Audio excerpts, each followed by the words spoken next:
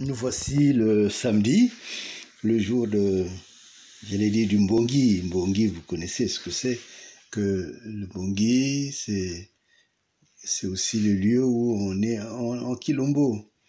On se retire un peu de la vie du monde, on se retire de la vie de tous les jours pour méditer, pour dégager des principes qui sont gardés secrètement parfois. Comme on dit, ça devient comme un lieu où on prend ce qui va construire la société, et cela s'appelle l'EMBA. Nous vous amener une interview que j'ai reçue sur ma page. C'est même pas une interview, c'est disons c'est pas comment appeler, une vidéo, voilà, simplement une vidéo où il y a un Congolais qui critique, qui parle de la mort du président du Congo démocratique, un peu comme une sorte c'est un peu comme une sorte c'était bien fait, c'était comme une bonne chose qui s'est passée, qui parlait aussi de la religion et qui parlait la religion négative, bien entendu, comme il se doit, et puis de beaucoup d'autres propos. Bon, d'abord, je voudrais dire que j'ai écouté cette vidéo, puisque la plupart des gens, quand ils interviennent, se donnent un plaisir, bon ou malin, pour me les communiquer. Et ce que j'ai pu constater, c'est que souvent, certaines franges des acteurs politiques du Congo, ou tout au moins ceux qui veulent jouer un rôle dans le Congo, ils confondent la militance avec, disons, la politique. La militance est une chose, c'est-à-dire que on peut critiquer tout et n'importe comment, mais la politique, c'est une responsabilité. C'est-à-dire qu'on est obligé d'abord de vérifier que les choses sont vraies, ce qui est dit, et une fois qu'on l'a vérifié, de lui donner une interprétation qui puisse à la fois permettre de mieux comprendre et de mieux gérer le présent, mais aussi d'anticiper. Et dans le cas d'espèce, on n'a pas encore des éléments qui établissent le décès de ce président. Au cas où il ne l'était pas, je pense qu'il y a là une matière à réflexion, c'est-à-dire qu'il faut tourner peut-être 2 fois son esprit, son cerveau, avant de pouvoir s'exprimer publiquement, et surtout quand il s'agit des autres. Et puis tirer une sorte de plaisir du décès de quelqu'un, oui, c'est tout à fait, c'est une opinion, mais je crois qu'il faut avoir vraiment des éléments fondés.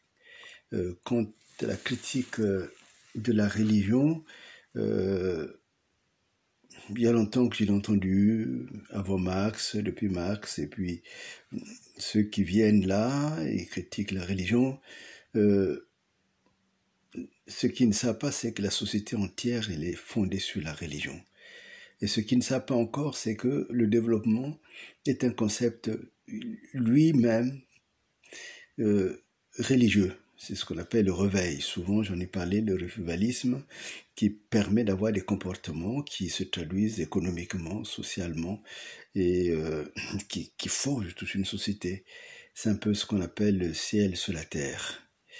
Et c'est à partir là aussi qu'on a parlé de la laïcité, de beaucoup d'autres éléments, et qui sont constitutifs de la société, ou tout au moins de l'idéal type de la société moderne. Donc, venir déblatérer sur la religion est agaçant. Agaçant parce que il faut parler des choses qu'on connaît. Et quand on parle des choses qu'on connaît, alors on est crédible. Et la crédibilité permet de donner un peu comme un chemin à ceux qui le cherchent. Dans le cas d'espèce, ce qui s'est passé ou ce qui se passe au Congo démocratique est très regrettable, mais cela n'enlève pas le fait que dans ce pays, il y a une grâce très belle, surprenante. C'est une grâce de l'expression de la foi chrétienne, de chants qui témoignent de ce que Dieu a fait dans la vie de chacun. Et je peux dire que le Congo se souviendra de cela. Et j'espère que cette grâce va rester, sinon je la souhaite pour mon pays, que la grâce vraiment de connaître Dieu nous soit donnée. Cela ne veut pas dire que je valide le comportement des gens, de toutes les façons. Ce ne sont pas ces gens-là qui fondent ma conception, qui fondent mon regard par rapport à la religion. Non, la religion, ce qui fonde mon regard et ma conception, c'est la relation avec Dieu. Je connais des pasteurs comme Matthieu, que j'avais côtoyé, pour lequel j'ai fait aussi des interviews, qui jeûnaient vraiment pour que le réveil vienne au Congo. Et certainement que maintenant, avec les nouveaux pasteurs qui s'installent, c'est plus des affairistes, comme les appelait le journaliste Moulongo. Et ces affairistes ont trouvé certainement un corps constitué, des personnes que Dieu a appelées, l'Esprit de Dieu a appelées, pour qu'ils viennent et servent Dieu. Mais ce n'est pas eux, la religion.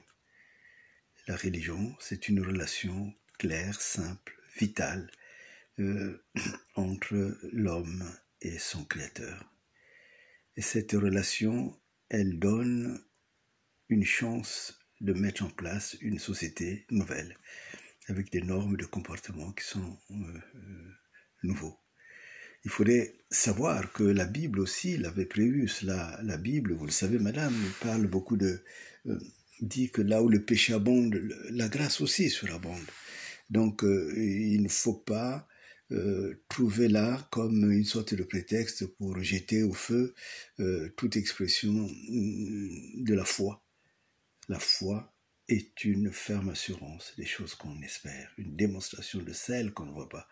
La puissance qui permet de changer la société vient de la foi, passe par la foi et est relayée par les hommes et les femmes de foi. Et j'ai confiance que la religion a sa place, la relation avec Dieu a sa place dans nos actions.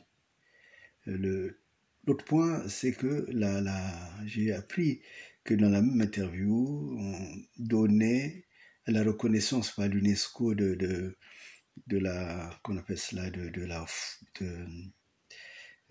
l'entrée dans le patrimoine international, universel. On disait que c'est comme un cadeau, un piège pour ceci ou cela.